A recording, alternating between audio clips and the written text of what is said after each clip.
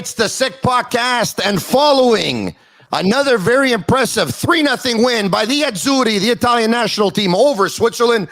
Joining me, former professional soccer player and current technical director of the high performance program with the Montreal Manic Academy, Sandro Grande. How you doing, bud? Good, you, Tony? Excellent. The big question everyone's wondering, is this Italian team this good? 2 consecutive 3-0 wins. Look, they've been solid. They look positive. They look energetic. They look like they're in harmony all together. They look like they're a strong group. Right now, let's just ride the wave and see where they can take this. Head coach Roberto Mancini, of course, goes with the same starting lineup, with the exception of Florenzi, who was ruled out with an injury at right back. Di Lorenzo came in the second half of last game. He started this game, so he didn't make any changes to his lineup other than that one that he was forced to make because of Florenzi's injury, of course. You have to say, Sandro, it paid off. He made the right move. Yeah, he made the right move. And Di Lorenzo, if you saw a game, he was more sitting back. The reason was because Switzerland was playing with 2 up top and Shaqiri just behind. So they needed to be a little bit more careful. They couldn't just leave Chiellini and Bonucci at the back alone. So you can tell that Di Lorenzo was asked to stay a little bit more at home, and Spinazzola on the left had more carte blanche. It's a Sick Podcast, and the show is brought to you by Essentia, the world's only natural memory foam mattress. Go to myessentia.com/sickpod and see why Essentia is the mattress of choice for many athletes, including over 25% of professional hockey players. Use code SICKPOD for a free pillow with your purchase. Essentia, beyond organic sleep.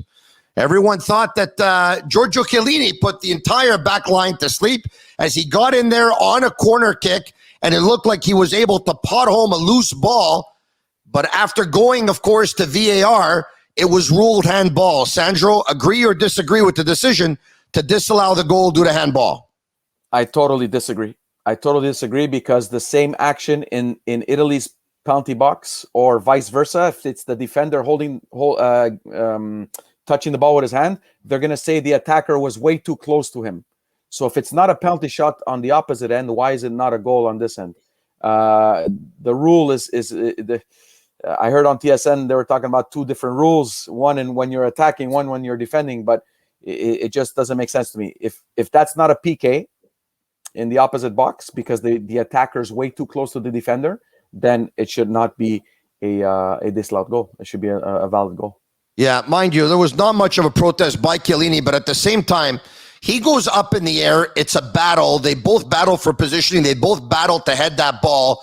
It touches his arm. I don't think he goes out of his way to put his arm to touch the ball. It touches his arm. It falls there for him. He scores. Anyway, luckily, we don't have to discuss it further than that because, of course, Italy went on to score 3 goals. Is it safe to say that last game, the first game they played versus Turkey, as good as their midfield was, that of the 3 between Jorginho, Barella, and Locatelli, that Locatelli was probably the least in evidence in game 1? Yeah. Look, out of the 3 in game 1, he was a little bit, weaker. But I'm not going to say weaker because they all 3 of them had very good games in the first game. But out of the 3, he was maybe the one that was least visible. Today he turned it on, and fantastic first goal, fantastic second goal. His energy, his quality, it was beautiful to watch. Okay, a first goal that is signed Domenico Berardi in a 1v1 situation, right? Yeah. 1v1 when he's running at you, he's very dangerous. The thing with these types of players nowadays is that they can go to the left or they can go to the right. They're not easily predictable. Defender backs up, tries to buy time for his teammates to come and help him out. But the reality is the more you back up, the closer you get to your goal. And if he's able to get around you, like we saw in the goal, then it becomes a tap-in. He's Sandro Grande, and he played with that very famous Brescia team that had Roberto Baggio, Pep Guardiola, Luca Toni, and Andrea Pirlo. That's a pretty good career. Don't check how many minutes he had that season, but it's irrelevant, okay? He was still there training with those guys. Pretty cool, Sandro. This Italian national team, it's already giving us satisfactions of Italian national teams of when Baggio used to play, like 1990 with Italia 90, like 1994. In 1990, they went to the semis and they finished third. In 1994, they went to the final. They finished second. Can this Italian team, I asked you this question after the first game, I ask you again, can they win Euro 2020? I've said it from the beginning. They're going to make us proud to be Italians. So that's what I'm happy about, is that they're going out there, they're playing, they're not scared of anybody. If they need to defend for 10 minutes, they can do it. But most of the game, they're attacking, they're pressing forward, they're working hard.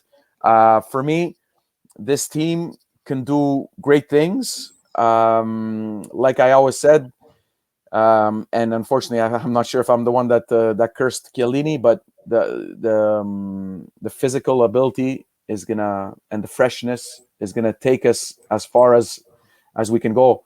If we're gonna start getting injuries like Florenzi and now Chiellini, that's what's gonna hinder our chances. But I'm hoping that the game number 3, honestly, if we finish first or if we finish second, it's not an issue. But I think he really needs to look at some other options off the bench to give some guys a break, because you can't play every game in, game out, every minute.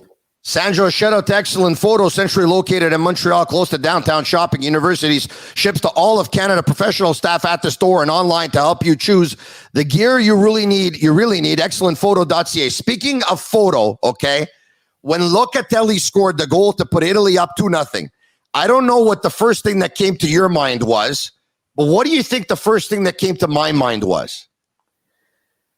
The goal from Cabrini in 1982.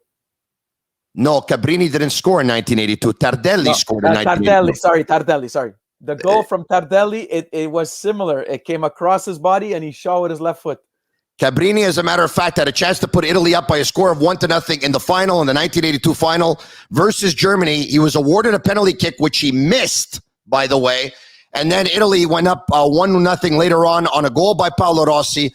Tardelli made it 2-0 in the second half, and that was the goal that almost, it didn't completely seal the deal, but Italy felt very comfortable after scoring that goal. Altobelli makes it 3-0 later on a great run by Bruno Conti. He feeds Altobelli in the box. Germany narrows the lead to 3-1. It was too little too late. That goal by Locatelli reminded me of Marco Tardelli's goal, and everyone remembers the celebration, of course. What a shot. What a strike right inside the post. I loved it. Yeah, I mean, look, it's it was a fantastic build-up to the play. They found the open man on top of the box. He was patient, took a good first touch out of his feet. As he shot, it seemed like it just deflected a little bit off the defender, and but the goal was fantastic, straight in the corner. Unbelievable. Unbelievable indeed. This calls for a celebration. Sandro, hold on a second here. Hold on for a second here. Oh, this one here. Hold on a second here. All right. It's a hard seltzer, Cherry River.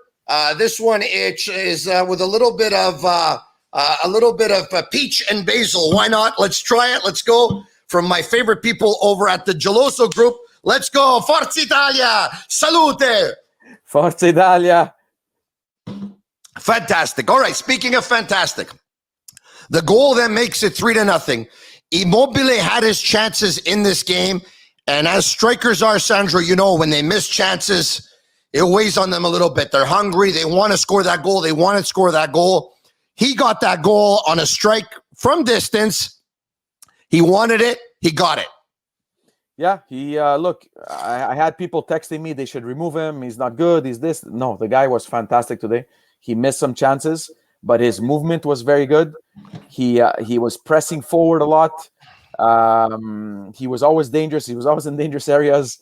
Is that a beer, by the way, or is that just like a? No. This is once again, it's hard seltzer, Cherry River by the Geloso Group, sold in all grocery stores. You can find it everywhere. I'm actually going to send you some, my friend. You're going to see. Okay, You're going to love it. Perfect, because I'm a little bit thirsty right now. You know? Here, from me to you. Here we go. Nice. All right. I got to tell you something. You talked about an Italy team that's going to make us proud. So I'm watching the game today with my boys and with my wife, who every 4 years comes out of the forest to watch the game with me. It's a beautiful thing. All right. But after Italy scored 3-0, and they're still pressing. My wife looks at me and she says, Tony, I don't understand. I said, what? She says, how much minutes are there left in the game? I said, there's 3 minutes left in the game or 4 minutes left in the game at that time. She said, well, why are they pressing and they're going into battles? Why don't they just pass the ball back, keep it away from the other team and kill the clock? And I said, they probably still will. Traditionally, they've done this, but this Italian team is different. When they score 1, they want 2. When they score 2, they want 3. And when they score 3, today they wanted 4. It was a beautiful thing. Yeah, it was a beautiful thing, and she's not wrong. She's not wrong in saying that. So, Tony, I think the expert in your household is actually your wife, not yourself. Hey. But the reality is that, like you said, it is a different mentality. Italian football is going in a different direction. The kids are young, and I'm happy that they want to attack, and they want to attack, and they want to attack. And honestly, they've always had the firepower to attack. And it was sometimes unfortunate that they didn't attack as often as they did. But this squad here is energetic. I love it. It's beautiful to watch, and I just hope everything keeps on going the way it's going. You can get all your officially licensed sports gear at sportbuffshop.com for all of your officially licensed sports apparel and more. Use code SICK15 for 15% off on all of their items. All right, okay, a 3-0 win. Talk to me about some of the substitutions now. Chiellini, by the way, goes down early on in the first half after that disallowed goal. Based on his reaction, Sandro, tell me what you think. It almost looks like he said to this coaching staff and the medical staff, don't worry, it's not that serious. I tweaked something, maybe left hamstring, maybe groin area, I'm not sure. But it almost seemed like he wanted to pull himself out of the game to make sure he didn't cause further damage. Did you quite see it that way? Yeah, I did. You're spot on. That's exactly what I saw as a fan watching.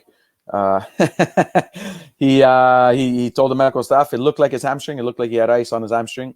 Yeah. I mean, look, I said it many times. He's had quite a few injuries in the past couple of years. Always little niggling injuries, nothing major. What a fantastic professional, though, eh, Sandro? What a serious professional. What a model for the young players. Giorgio Chiellini, who turns 37, I believe, at the end of this tournament. Pretty cool. Yeah, pretty cool. I mean, look, just to have him around is going to be something positive for the guys. I mean, he's going to help them out. Acerbi has experience, very good defender, calm with the ball on his feet. Who came in for Chiellini, by the way, once he went out, and the captain's armband went to Bonucci at that point. Yeah, and Bonucci is Bonucci. I mean, everybody doubts him. Everybody says he's not physically strong enough. He's not. He can lose battles in 1v1. He can't play in a 4-3-3 in a back four. I remember some coaches saying that he's not able to play in a back four. That's why he plays in 5. And it's not true. He can play in a back four because he's so intelligent. His feet are very, very good. Technically, he's very sound. Yeah. And in 1v1 situations, honestly, he's gotten a lot better in the last few years. And look, they brought in Acerbi. Nothing changed. And the other day they brought in Spinazzola for Florenzi. Nothing changed. So I just feel like it's not going to be 1 or 2 players that's going to play this way. I feel like the whole family, the whole group has bought into Mancini's philosophy. And let's not forget, Mancini won the Premier League with Man City. Of course. Playing beautiful football. I think that was the year that they won it at the last minute or whatever. Sergio Aguero. Sergio Aguero's goal. So I mean, he's a good coach. He's a good coach. And finally, in Italy, we have a coach that was an attacking player on the bench. Former number 10, former fantasista, former player that can score goals. Sampdoria. Yeah. And he loves that part of the game. So I'm happy that Italy's turned the corner with mentality, and I just hope that we can keep on going. Sandro Grande, if you were a betting man and you would place your bets on MyBookie, and you can go to mybookie.ag/the Sick Podcast and use code SickPicks for a 50% deposit bonus. Bet, win, get paid. Would you bet that there's going to be a little bit of a turnover with the starting lineup in their next game versus Wales, seeing as Italy already has 2 wins and has scored 6 goals in their first 2 games? Yes or no? Yes. I see Chiesa coming in. I see Bernardeschi coming in. I see Belotti coming in. I see Acerbi, obviously. I see Cristante coming in. We might see Toloi, so we might see a Cristante, Toloi, Acerbi at back three. That can be an option. And the 2 wins gives you obviously the possibility not only to rest some of the players that may be tweaking injuries, rest Marco Verratti, who's been out with the 2 games, of course, due to injury. This is all right. So you're looking, you foresee a big turnover. Yeah, a big turnover, and he's done it in the past 18 months, 24 months. So, and the team has always performed well. So I think he needs to. We can't depend on the same players game in, game out. that drink is making me thirsty. Hey, don't worry, I'm going to send you some. I know you just want me to send you 3 cases instead of 2. All right, you know what? Listen, this has been a lot of fun. Why don't we do that once again here? Huh? Forza Italia, Forza Italia, Forza Italia. Parmigiano Reggiano has always been better than Swiss cheese, and it always will be. Parmigiano Reggiano. The Swiss defense had holes in it like their cheese. Sandro Grande, 2 games, 2 wins, 6 goals. Andiamo ragazzi, andiamo. Italia ragazzi, forza. It's the Sick Podcast. He's Sandro Grande. I'm Marinero. You can listen to us on all social media platforms and follow us on Facebook, Instagram, and Twitter at the Sick Podcast. Forza Italia. Ciao, Sandro. I'll see you on the field. Ciao, Tony. Thank you for having me. Have a good one. Forza, ragazzi. Cherry River for all of you when this tournament is over.